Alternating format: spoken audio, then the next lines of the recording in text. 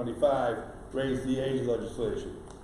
And I think we have, again, I know we have a tremendous panel here this afternoon, this morning, I should say, who are going to talk about the many, many reasons why this is a good idea. And I think if you're here today, you understand those many reasons.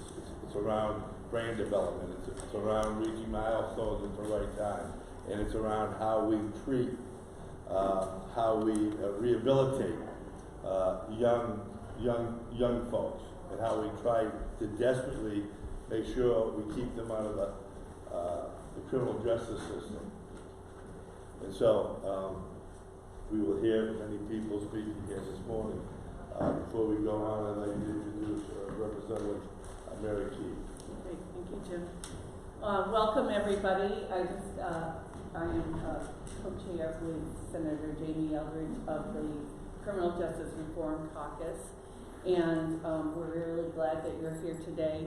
This is another way that we learn here at the State House about important, complicated issues, and so it's for staff and for colleagues to really come together and to hear from some folks that really are at the front line in terms of the issue that we're considering today. So just on behalf of the caucus, I wanted to say welcome.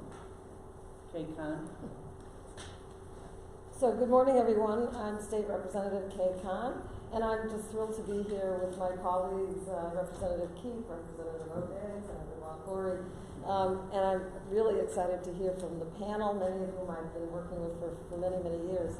And I think this is just such an important issue.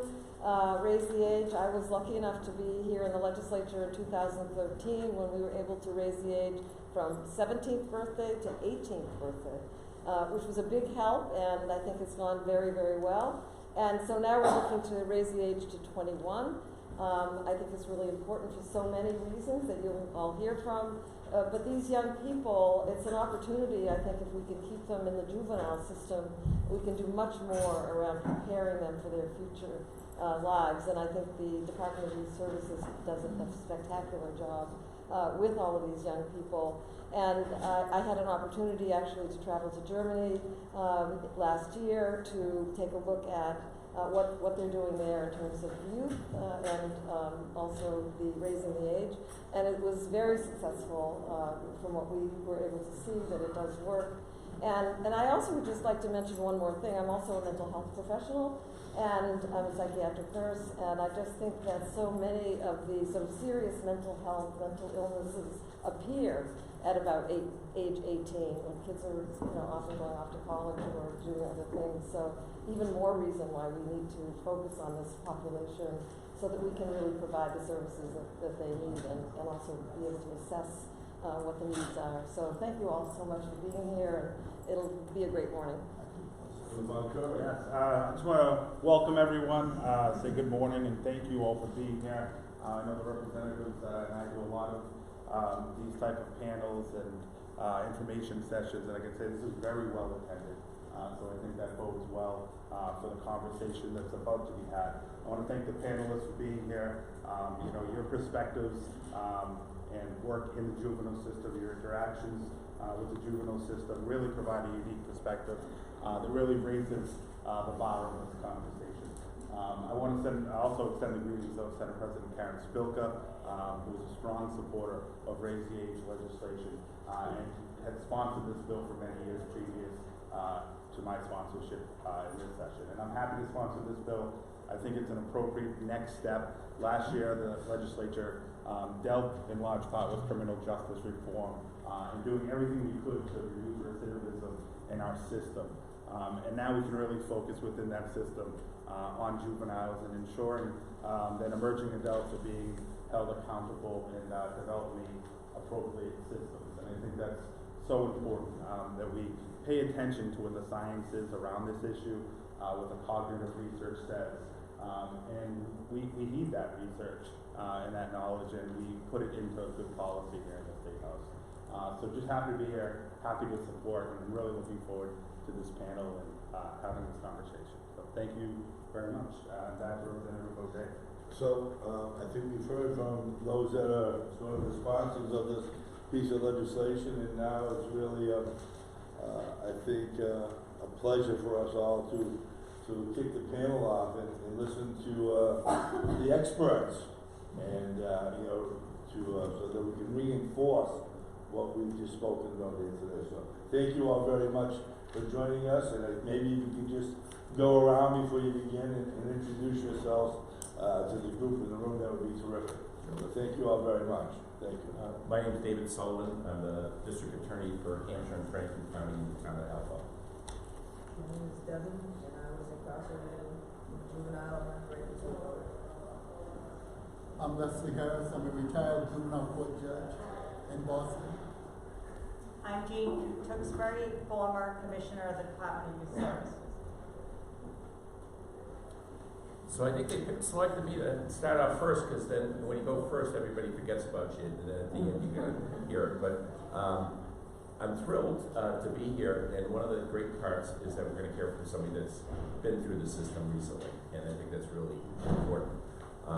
Just as a background, I didn't always live out in Western Mass. I grew up in the Boston area and went to Northwestern Law, and my first experience in the juvenile justice system was doing a clinical down at Roxbury District Court, and also working with Judge Roderick Island when he was a juvenile judge at BMC.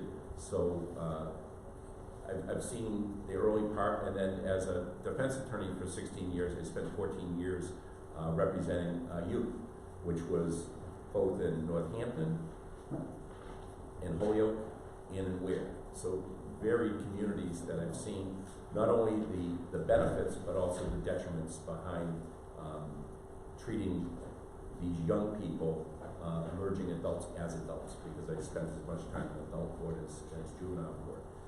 I think what's really important from a district attorney's point of view is victimization.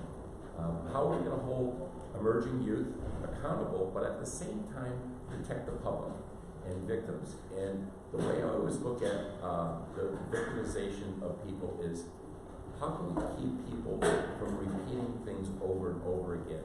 And I think all the clinical studies that you see that look at 17, 18, 19, 20-year-olds, it all comes down to what kind of help do they get early on? What's the early intervention? And it's a disaster to put an 18, 19, 20-year-old into an adult system. I've been to those jails.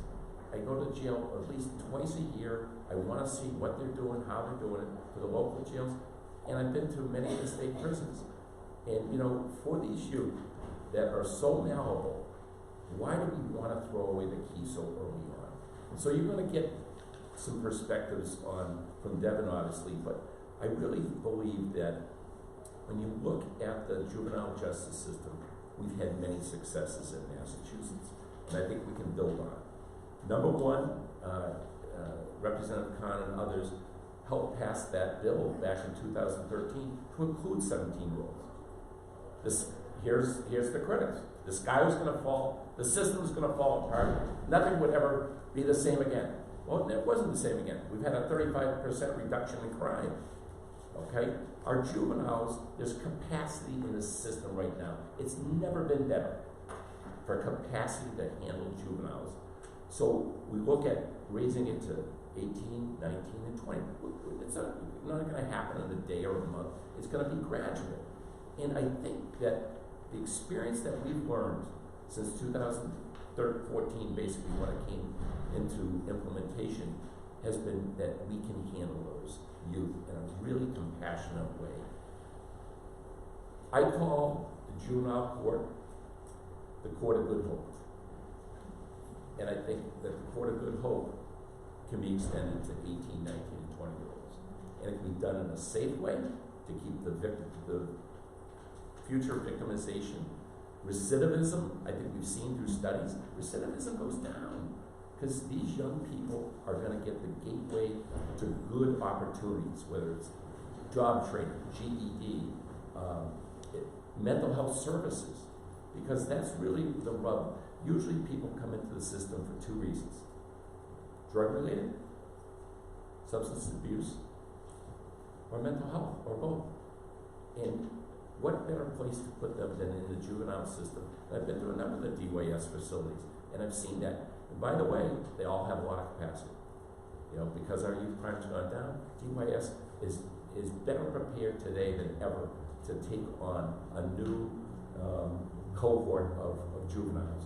And people talk about, well, what if there's a 14 or 15-year-old in court with a 18, 19, 20?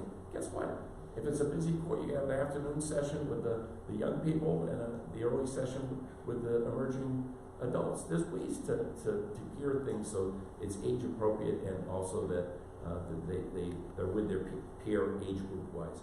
But I'm really in favor of this legislation because we can be the #1 juvenile justice system in America. And this is the way forward.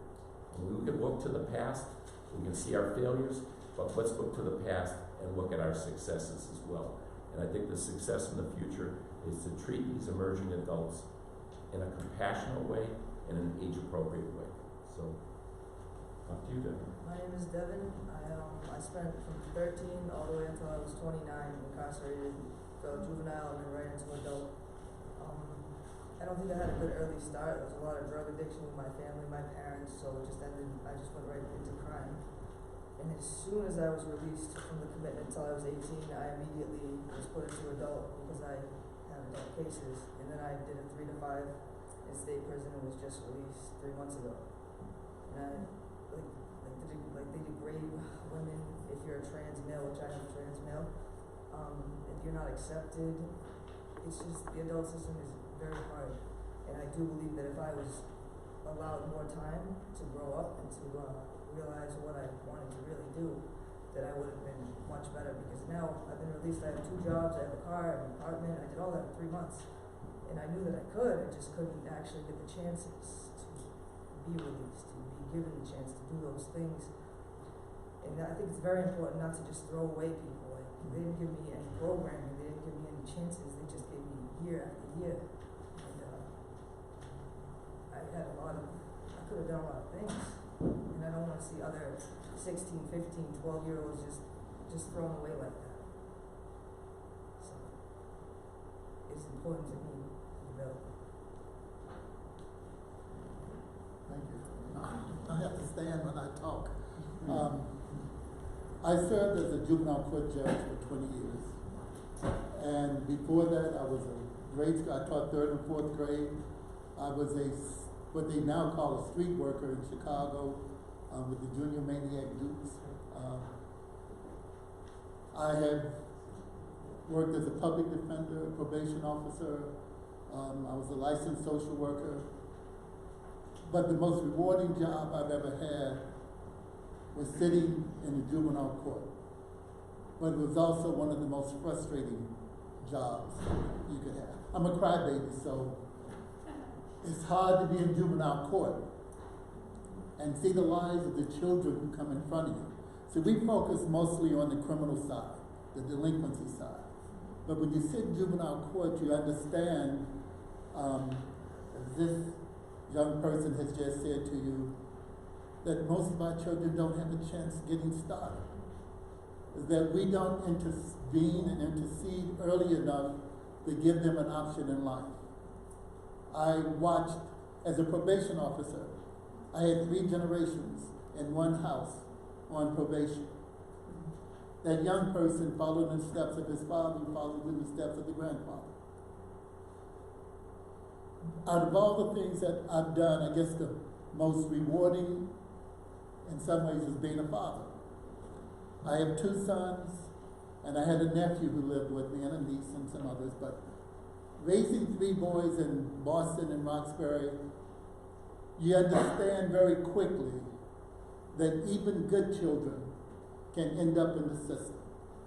Children who have hardworking, dedicated parents, children who want to be somebody in life, and we often take that away from them before they know exactly who and what they want to be. I served as a resource, I don't know what else to call it, at Norfolk Prison for over 25 years. I got invited up by the men there to come and interact with them. One of the things that one of the young men said to me was that he was afraid to come out of prison. And I said, why? He said, because I'm going to go right back to where I was, the same circumstances, with no new skills. If we had taken that same young man when he started in the juvenile court and kept him there, where we could teach him to read, because he couldn't read very well. If we had kept him in the juvenile system until he was 20, 21 years old, he might have had a totally different life. We recognize that we treat young people differently depending on which system they're in. We keep juveniles till they're 21. In Department of Children and Families, children can stay with them until they're 21. If you commit a crime and you're 14, we treat you as a young adult and treat you and sentence you up to whatever adult sentence could be. So it's not like we don't have young adults in our system already. We do. We just need to be consistent. We need to treat children as children. Now, my boys are in their late 30s now. They still are different than me, and I recognize that. I'm over 70. They still stand and fight when I would run. Well, not run, but hobble away. I know that there's a difference between who they were when they were younger and who they are now. They're both teachers. Both my sons are teachers. My nephew is in computer science, doing very well. But I know who they were when they were kids. I know who they were when they were 18 and 19 years old. And they could have been, but for the grace of God, where this young person went. He's no different than my kids. You know, I know that when I was growing up, I was a problem child for my mother. She had to come up to school 2 or 3 times a week because of my behavior. I'm the second oldest of 7. She didn't go up to school for the others. It was me. If I were growing up now, I'd have a criminal record for childhood behavior. No one threw me away.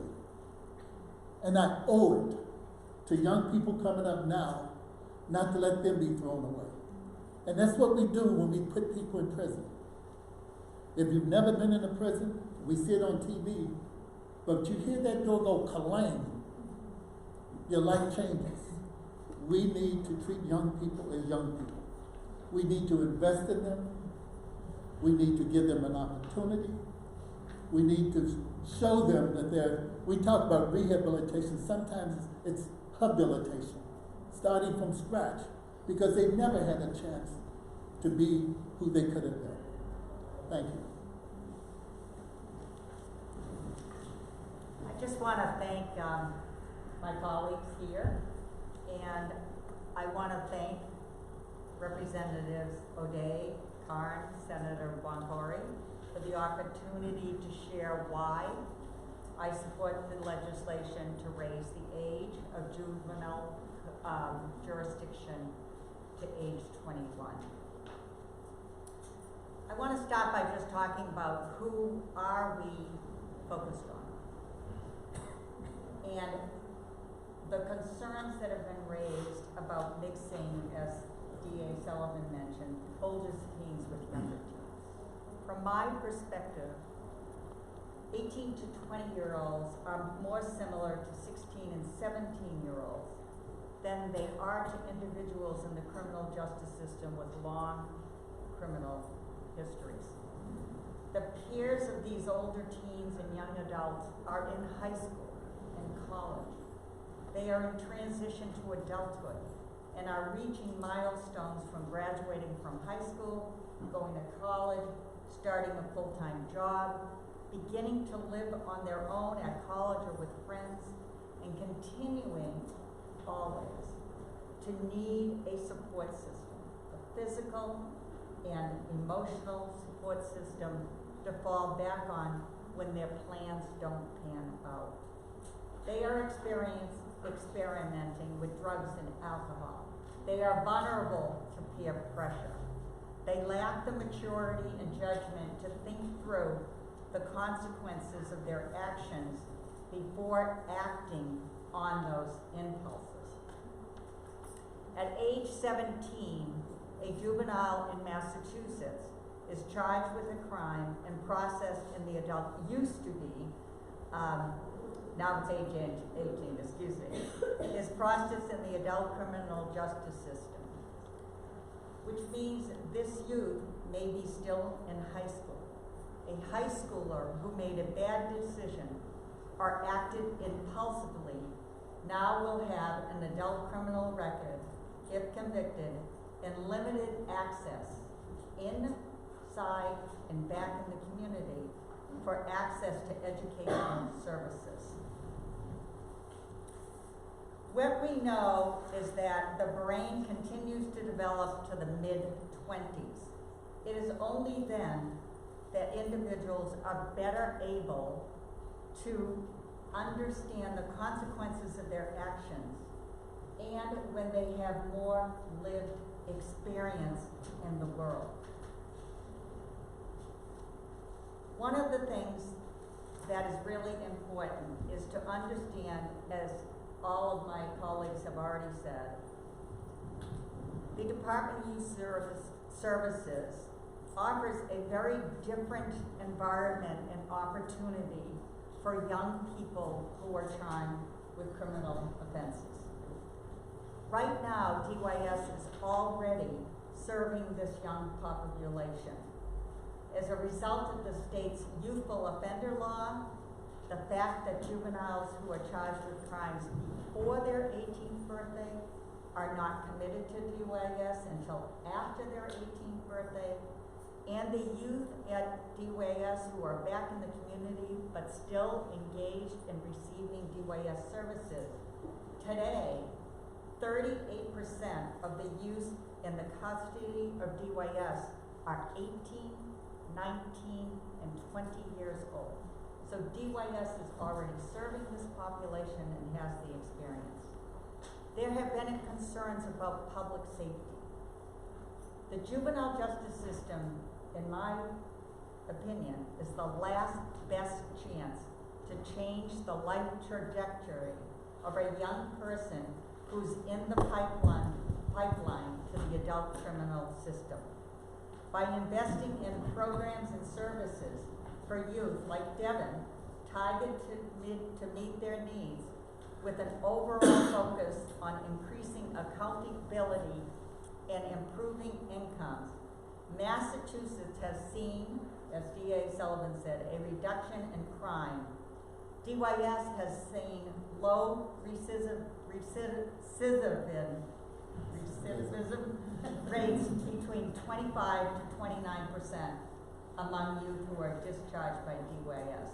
They also have an impressive record for better overall educational, clinical, and other outcomes for youth who are processed in the juvenile system.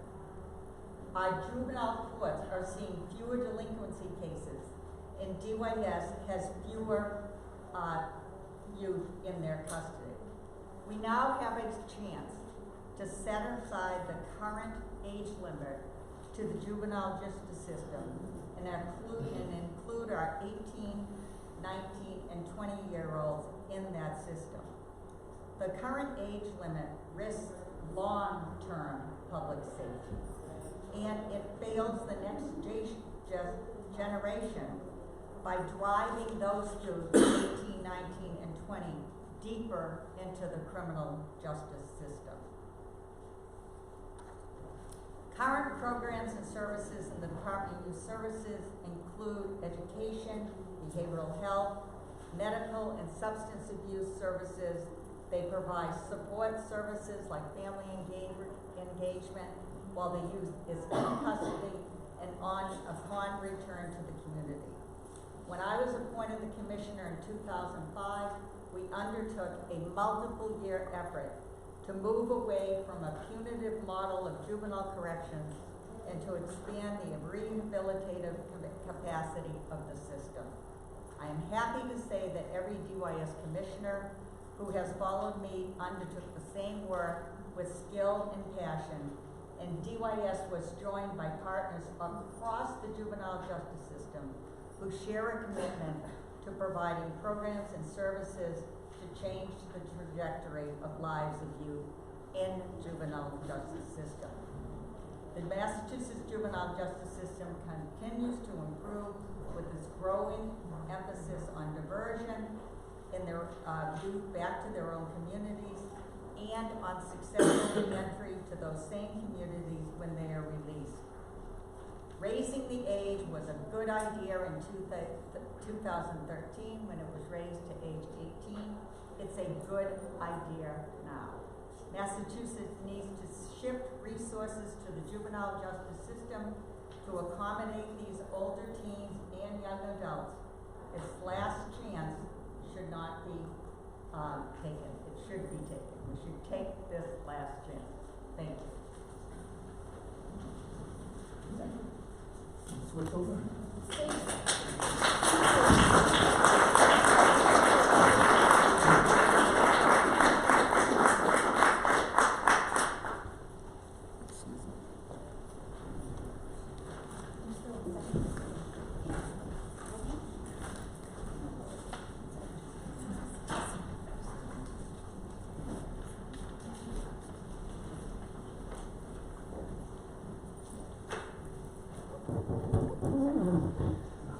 Alright, scene two. Scene two. Did you want to start with? Yes. My name is Kathleen Dennehy, and I'm a former commissioner of the Massachusetts Department of Corrections. And I've been invited here today to participate in today's panel based upon my extensive experience in the adult system. As we hear, I've been invited here to participate in today's panel based upon my extensive experience in the adult system as a contrast to the juvenile system. I've spent 43, please don't do the math. I've spent 43 years working in the criminal justice system. 32 of those years were spent in the Massachusetts adult system. I've worked at Walpole twice, I've worked at Concord, I've worked at Old Colony, and I've worked at MCI Framingham. After serving as a facilities superintendent, I spent 14 years at the executive level. First as an associate commissioner, then a deputy commissioner, and finally 4 years as commissioner of the agency. I'm happy to say I was the first woman to be appointed to that job. I've also worked in a county system where I oversaw an adult awaiting trial unit, a house of correction, an adult regional police lockup, and a juvenile lockup. So I don't profess to be an expert in the juvenile system, but I have had some exposure. After retiring from the Massachusetts system, I returned to graduate school to earn a PhD, mostly in research at Brandeis, and I worked part-time for the National Council of Crime and Delinquency, which is located in Oakland, California. And we operated the National Prison Rape Elimination Center. There I oversaw about 70 federally funded demonstration projects designed to eliminate prison-based sexual abuse. I now operate a private, part-time consulting business, and currently I serve as the independent federal court monitor of a DOJ Civil Rights Division, Alabama Department of Corrections settlement agreement. I do a lot of work as an expert witness, and I'm a regular peer reviewer of grant applications for the Department of Justice. And as a career professional, I fully appreciate the goals of this legislation to reduce recidivism, reduce crime, and improve outcomes for young adults. Well, I'd like to share some of my observations about the adult system. And this is not specific uniquely to Massachusetts. I see it in the work I've done in consulting across the country. But in Massachusetts, emerging adults represent about 23% of House of Correction commitments and 20% of the DOC commitments. The Council on State Governments, you might recall, provided technical assistance to the Commonwealth during the recent Justice Reinvestment Initiative. They issued a final report and identified emerging adults as a key area for reform for the Commonwealth, as they have the highest recidivism rate in the state of Massachusetts. For me, having served as a warden and served as a commissioner, I'm concerned about the housing these emerging adults in the adult system for some of the following reasons. Early intervention is key. Jane Tewksbury and others have spoken to that. The adult system is not positioned to provide specialized intervention for this subpopulation. The adult prison system is geared towards long-term male offenders. Now, in contrast, the other part of the adult system is the county jail system. They hold awaiting trial detainees in short-term sentences. The sheriffs deal with a very challenging population. Many commitments come off the street detoxing, manifesting symptoms of undiagnosed and untreated mental illness, and lacking education, job skills, and housing. Their population, unlike the DOC, constantly churns. It creates a real challenge for the sheriffs in terms of addressing the needs of the people in their custody.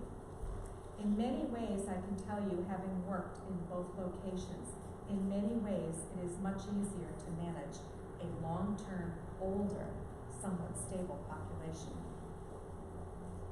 But as we look at the counties, there's a wide variety in philosophy and programming across the counties. There's no one single approach to managing emerging and young adults held in state and county systems, unlike DYS.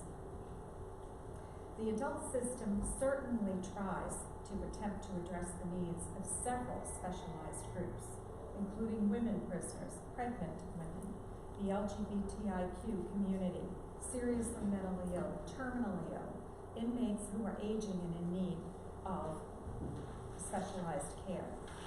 Young emerging adults I would place in this category of specialized offenders. This population is characterized by their lack of understanding of long-term consequences. Self-regulation, the development of internal controls necessary to self-manage behavior, does not mature until the age of 22. Unfortunately, the entire adult system focuses around, the entire adult classification system focuses around the belief that individuals need to develop internal controls to manage their own behavior. And as they manage their own behavior successfully, the system lightens up on the external controls. A different lower perimeter, more freedom, more internal movement, more access to programs. That doesn't work for youthful offenders. And due to the economies of scale, the adult system is not nearly positioned to provide the specialized services that DYS has excelled at. And we've already talked about the emphasis on punishment, not rehabilitation. And I just want to end by saying overly punitive practices can actually cause more future offending. We have seen that with boot camps. That was sort of the sexy idea of the moment. And what did it do? It increased recidivism. It's almost as if we're sending young adults to graduate school. And it doesn't work for families, it doesn't work for communities, it doesn't improve public safety, and it certainly is not fair to the people in our custody. And I'd like to leave you with a quote, because something D.A. Sullivan made me think of this, and I jotted it down. It's one of my favorite quotes. You had talked about we need to have, the juvenile court is the court of good hope. And Devin talked about not throwing away our youth. To quote Pope Francis, you cannot talk about paying a debt to society from a jail cell without windows. There is no human punishment without a horizon. No one can change their life if they cannot see a horizon. So let's stop blocking the view of these young adults and treating them as a throwaway society.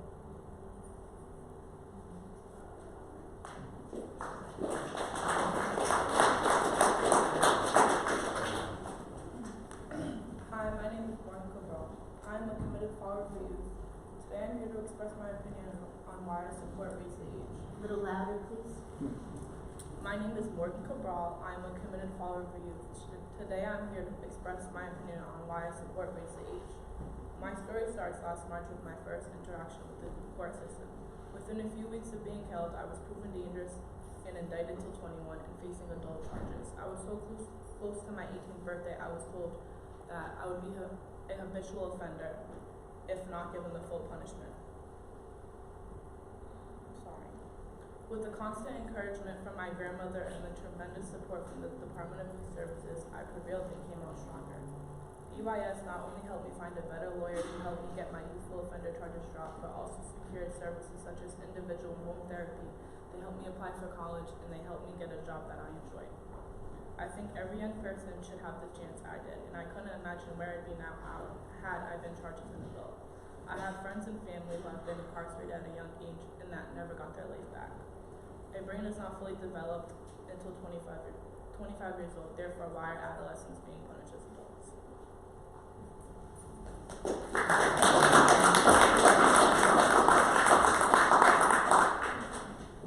So my name is Sana Fadl, Deputy Director at Citizens for Juvenile Justice. A lot of you heard from sort of direct experience as practitioners, as lived experience, and people talked about crime has been going down, the capacity. So this is the important part on the screen. I'm going to be talking about some of the data that's supporting this campaign. So the first thing that came up is, and I think multiple of our speakers have talked about it, is our juvenile crime has gone down. So this is all, and all the data I come to give to you, I will tell you when it is publicly available and when it is projections. So this is basically state police data that goes to the FBI about juvenile crime in Massachusetts. September 2013 is when Massachusetts raised the age that 17-year-olds are no longer automatically prosecuted as adults. So whenever that is pertinent, I will point that out. But if you look at this graph, for the past 9 years, juvenile crime has been going down.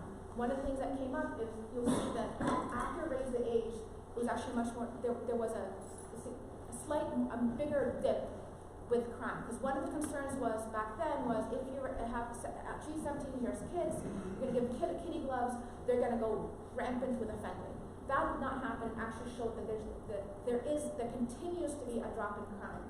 And if you go back earlier, that the peak of start was in 2008 and it continues to go down. The proposal says over 5 years you want to bring 18, 19, and 20-year-olds.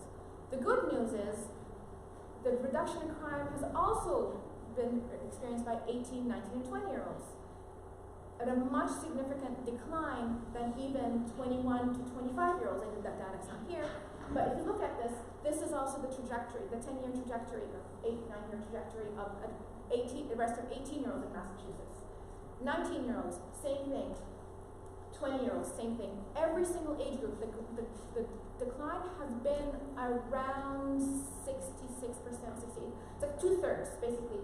Within that time period, 2/3 reduction of arrests of juveniles, anybody under 18, 19, and 20-year-olds. So this is important because if the young people are not coming in the front door, every other system has a reduction in their caseload. So now we're looking at the juvenile courts. This is the juvenile court caseload. The juvenile courts oversees different types of cases. The most significant ones are child protection cases. So if a child is removed by DCF, placed in foster care or out of home, they have a juvenile court case. If you have a delinquency charge or youthful offender charge, which is much more serious. If you're a young person under 18 and you commit a crime, you're in the jurisdiction of the juvenile court. You also have the child requiring assistance. These are kids who are truants, runaways. The juvenile court deals with them, and also adoption cases. The juvenile court. This is basically court data that shows the number of cases, the case filings, I believe, that's been held. And again, you're seeing the reduction. I'm going to focus now on just delinquency, excluding everything else that the juvenile court works on. For the kids who are in trouble with the law, who comes in? These are actual numbers up until 2017, 2015. 2016 over, we had to estimate because of what's publicly available. So from that point, these are all kids who have in conflict with the law. These include anybody under age 18 before 2013 is anybody under 17. It also includes people who delinquency and youthful offender cases, which the court has jurisdiction until age 21, the juvenile court.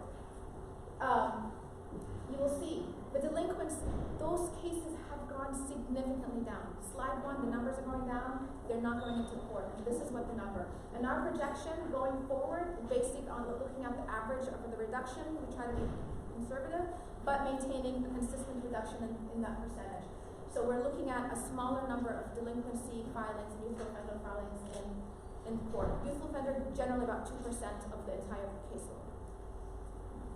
With a projection, if you have 18-year-olds, this is based on the actual number of 18-year-olds arraigned in Massachusetts and flatline. We're not estimating a reduction. So, and this bill says when it's passed, you're going to have 18-year-olds right away. Our argument is our juvenile system can handle 18-year-olds today. And this basically says, if we do that, let's go ahead. This is what it will look like. 2 years later, let's take in the 19-year-olds, give the system a chance to figure out how to do it, and assess it, evaluate, make sure we have the right resources, and then take on the 19-year-olds. This is, again, the 19-year-olds based on 2015 arraignments. We're not assuming a reduction. To be conservative, this is what it will look like. And then year 5, you will start getting the 20-year-olds. Again, based on 2015 arraignments, it's flat, it's 1 year. This is where we'd be. So if over 5 years, if this bill passes as drafted, we will be at the same level where we were back in before, lower than 2011. The other thing we want to talk about is how the juveniles, this is a systemic reform. There's been a lot of talk about, well, can we do specialized carve-outs as specialized units in a house of corrections, in the Department of Corrections, in a special session in the district courts. All of these things, what they're trying to do is, these are good things. We're not against it. We think those are all good things.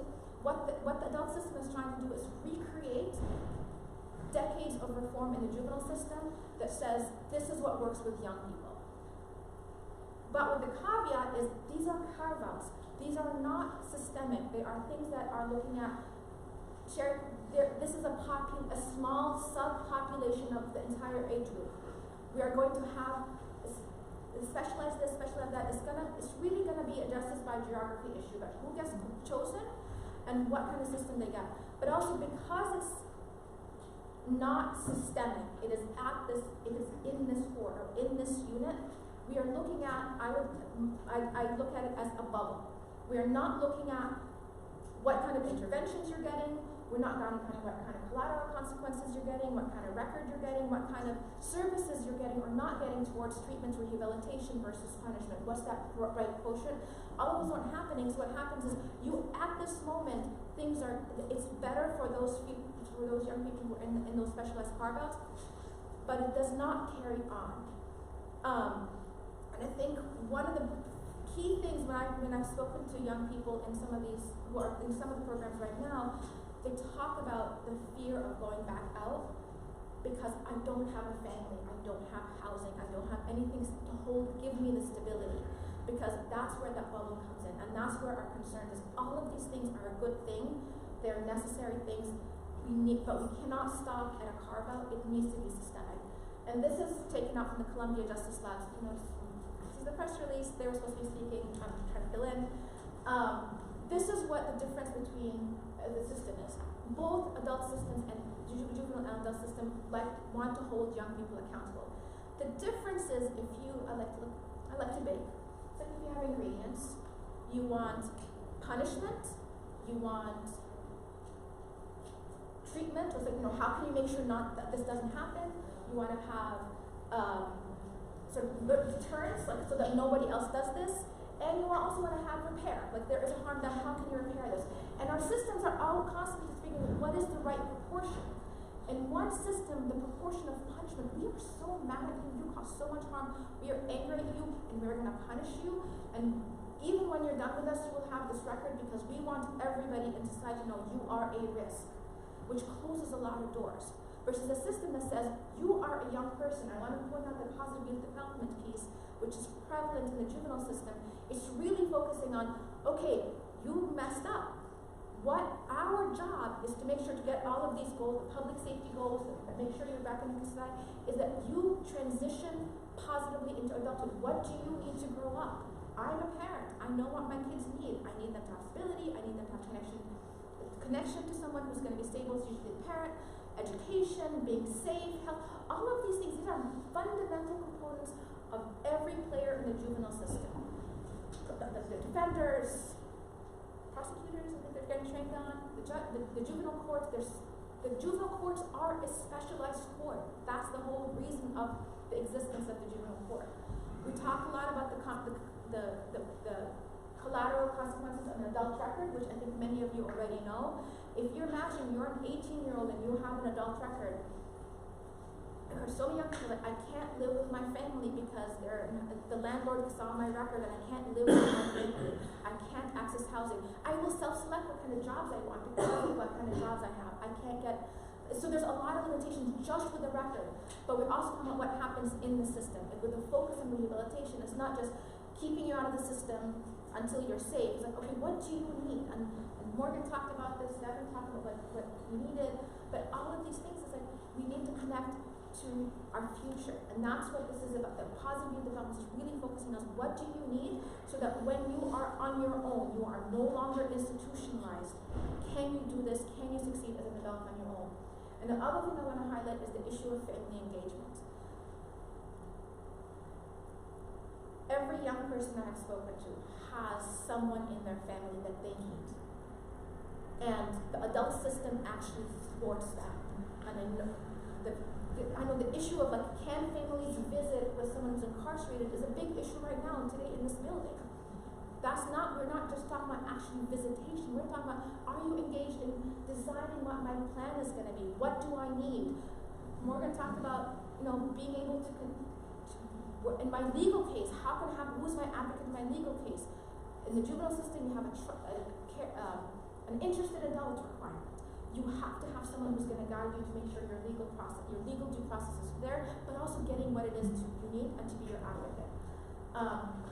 And also the other things we talk about, this part is most around the incarceration, and so the juvenile system is just not DYS, but the deepest end is in being detained or committed to DYS.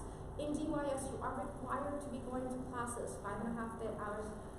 A lot of the population, since they raised the age in 2013, DYS says their average age has increased to now 16.5 for detention, 17.5 for commitment. Many of them already have a high school degree. We're looking at expanding college education. And Morgan's mentioned being enrolled in college right now and in employment.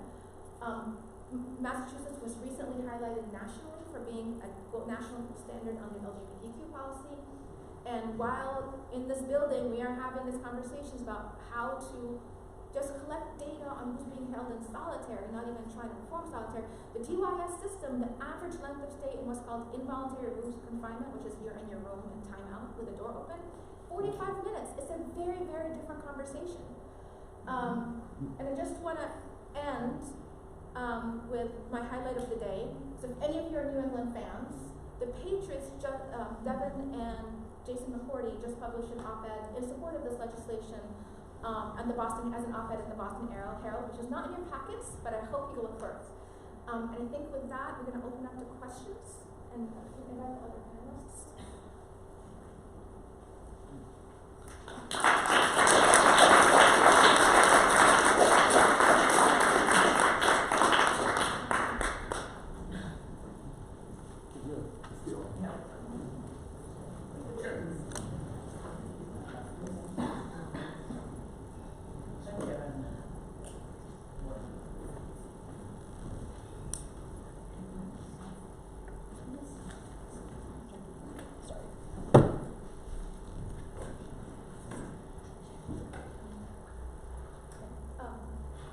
So I have a question for Devin and anyone else that wants to chime in, but on the DOC website, there are a lot of programs listed, but I heard you mention that it was hard for you to get any useful programming. The programming they have is pathways, and a lot of the instructors, you'll literally just go in there and draw pictures. I'm sure that's not what's actually supposed to be being taught, but they don't, just because it's called a program and it's called pathways and it has all this great stuff listed, is not how it is. They're not doing anything. I think it's just a waste of money for those programs. Because what I saw, what I sat through, it's nothing. My mom was incarcerated in Framingham. I think she did like 2 years. She told me for about a year and 6 months she was on a waiting list to be in the program. So she didn't qualify for the program until like 3 months until she was supposed to leave. I'd like to underscore that. That's a huge problem in the adult system, the amount of idleness. In DYS, residents are required to go to school or to work. That's not the case in the DOC. And quite frankly, the programming is rationed. There are just so many spots for programming. And what happens is they usually target the end of the incarceration period, which means if you're doing 3 to 5 years or 5 to 6, you can sit there for the first couple of years, literally, with nothing to do. Very limited education budget. I mean, I would encourage you to look at the DOC budget because it's nothing has changed over the last 20 or 30 years. It's still almost entirely directed towards staff. When you try to carve out how much money in that budget is really going to rehabilitation, not much.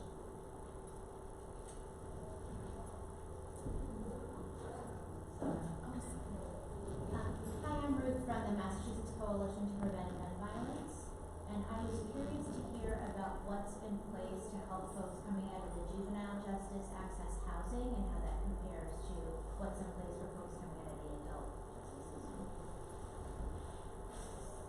So unless That's for me.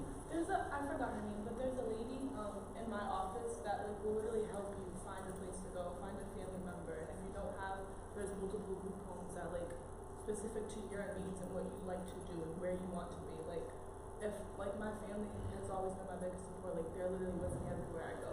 But I know people who don't have that and they literally ask like, what kind of group home do you want to be? Do you need a curfew? Where would you like to go? Like we'll help you with those stuff. And like Section 8, there was our former like engagement specialist like helped me apply for Section 8 and everything. So DYS has a program, and other people probably know this better than I do, but called YES, which is Youth Engaged in Services. So they have a very robust re-entry program. And the thing about the difference, I think, from parole, when a youth from DYS is released into the community, they have a full individual treatment service plan.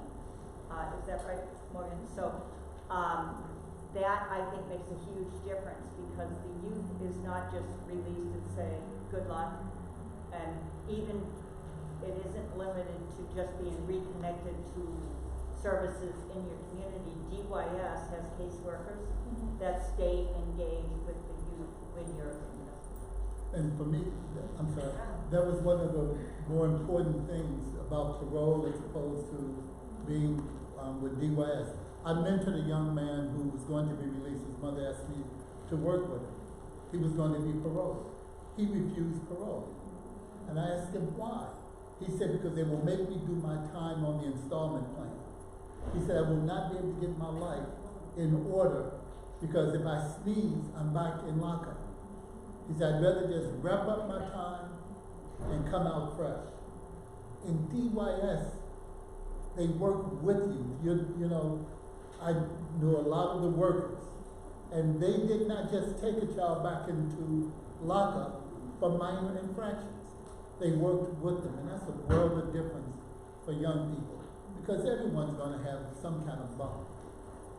I think really important, the juvenile justice system has always had that overriding philosophy of rehabilitation.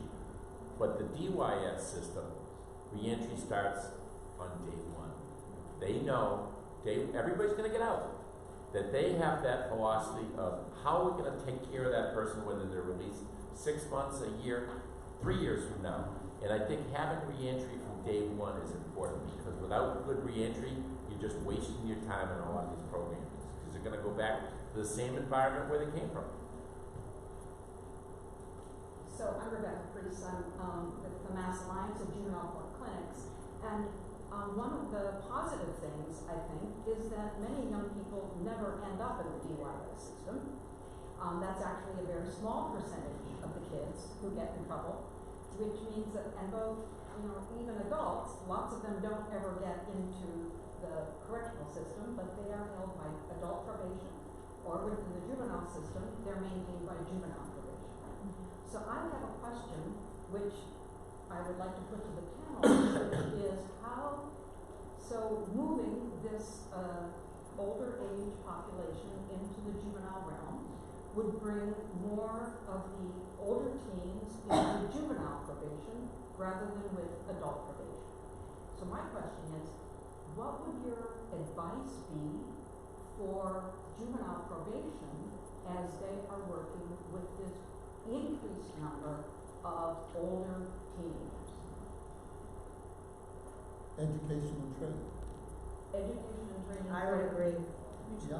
For the POs or for the students? For the students and POs, I mean, I think that you probably have adult probation officers who, I mean, the system is going to have a reallocation of resources. So to the extent that 18, 19, 20-year-olds are no longer in the district court, but in the juvenile court, then those probation officers would need to be trained to work with this population they are already working with, but just in a different context. So they would have to learn more about the juvenile justice system. And one of the things I just want to remark on is DYS has a system-wide cognitive behavioral therapy approach, which is called DBT, and everybody is trained in it, including the direct care workers, so that the milieu, when you're in custody,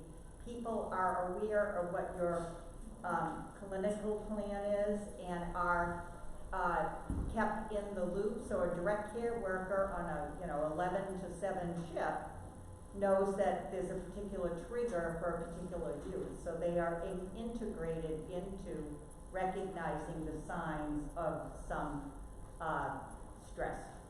And I think part of it is DYS, let's just say there's an 18-year-old and they get sent to DYS. Say they get released after 6 months. Every juvenile probation officer is going to have to learn the resources and what they can require, how to work with them, and really fundamentally change the way that they look at services, because it's just not going to be what you look at for 14, 15, 16. It's going to be additional resources and additional challenges. These are tough kids sometimes. If they've already been through the system for 3 or 4 years, that now they're moving into another phase. But again, I think that, of course, back in my day, the juveniles used to just walk into the same probation office as adults. So, they were all located in district courts. Yeah. That's where juvenile court was. So, again, I just want to introduce myself, Representative Kay Khan, and I'm the House Chair of the Committee on Children, Families, and Persons with Disabilities. So I've had an opportunity to oversee and work with the Department of Youth Services, and I just want to give a shout out to DYS in terms of what I've seen. And I have had an opportunity to visit some of the facilities in the last couple of years, and I can tell you, I think they do, from what I've seen, they really do, I think, a pretty good job. And I've really been impressed with the focus on education. And what I've seen, and it's been really exciting to actually meet some of the youth that are in some of the facilities who are very involved in education. And I was just amazed that one of the facilities that we visited, those who are able to leave the facility, they're taking them to universities and colleges to sit in classes with kids who are, average students. They have a program with Brandeis University where some of these young people are able to go and sit in the classroom and participate. And some of the young people that I spoke with, the excitement on their face about getting this opportunity for education. These are kids who never went to school. They figured out ways to avoid going to school, and to actually see the light on their faces when they have teachers that are working with them, and they really understand more about education and the importance of education. So I really think that we're doing a pretty good job here in Massachusetts, from what I've seen. And I just think that it can be so beneficial to that next age group, the 18 to 21-year-olds, or 21, up to 21. And, they would just have this opportunity that they haven't had before. And I just think we really need to figure out a way to move this in that direction. So I just wanted to, mention my experience. One thing I forgot to kind of add, and of course, was that when I had an opportunity to go over to Germany with KCON and a lot of different folks from the juvenile justice system, criminal justice system, was that they take folks up to 21, but they've been doing it since 1953. Yes. And it was as a result of World War II that there were so many single parent households, which obviously their fathers died during the war. So since 1953 on, they've been doing it with a lot of success, and it's less than 1% that get treated as adults. We know that there's going to be some serious crime that are going to be committed, a homicide, forcible rape, that those will be treated as adults.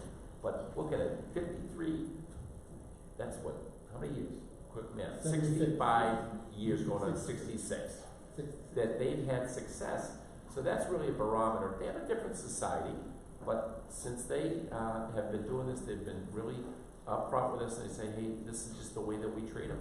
This is the way that we, help make that change and support them. And they're very big on placement afterwards. Housing. Housing is so important in the whole process of reentry. So, we're a lot better. We're smarter and better than the Germans, so we can do it.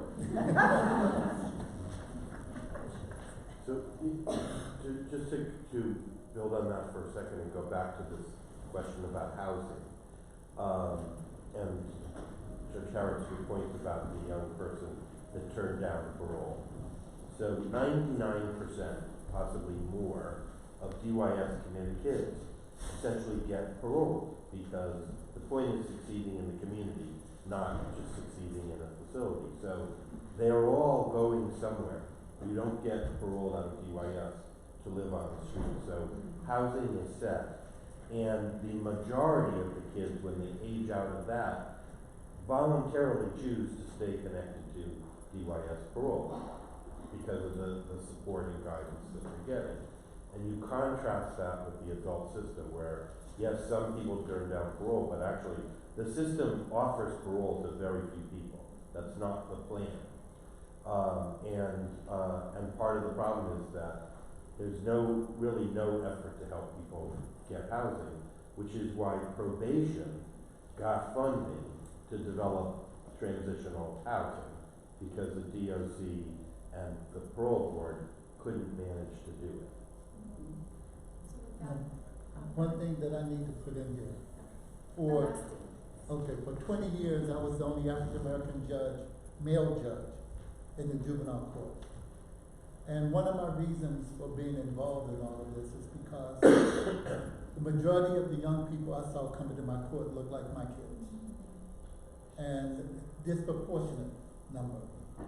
And we need to address that as we talk about addressing all the other issues. And I just wanted to throw that out there because for me it's an extremely important issue, because I live in Roxbury. It's my community that's going to the prisons.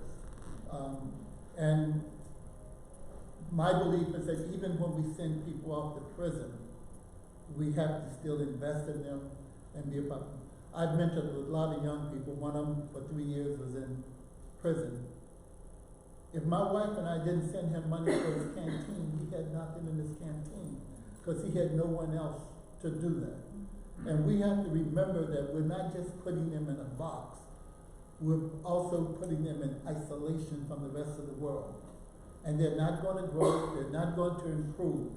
He's still a wonderful young man. My wife loves him, as the type of young man he is. He survived it and came out a decent person. But I've known too many young men who were destroyed by the system. And I don't want that to continue. The earlier and the longer we can keep them in the juvenile system, the better off they are. I'm not gonna go into my 3-tier criminal justice system quite yet. I'll talk with you guys later. But, thank you. Yeah, so, yeah, let's have another hand for all of that.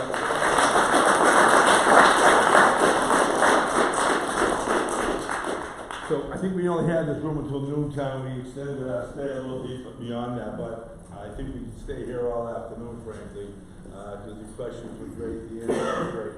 But I just want to thank all of our panelists so much for taking time out of your busy schedules and coming here and addressing a lot of folks here in the Commonwealth on this incredibly critical issue. And Rep. Khan was just saying, Chairman Khan was just saying, when she speaks, people listen. She said, we have to get this done. And I couldn't agree more. It was great in 2013 that we were able to get it in 17-18. But this is, I think, the next correct and right step to take. And I'm really looking forward to having the opportunity to work with her and, frankly, work with everyone in this room, right? You have to call all your representatives and let them know this is an important bill. You have to let the speaker know this is an important bill. Senate President, I think she's already on board clearly. Important bill. And that's how we move things here in the State House. And we get power and prestige moving in the same direction. So I thank you all for coming. I know the representative would like to get a group photo here of the panel. So again, thank you all very much, and have a great day and a great weekend. Thank you.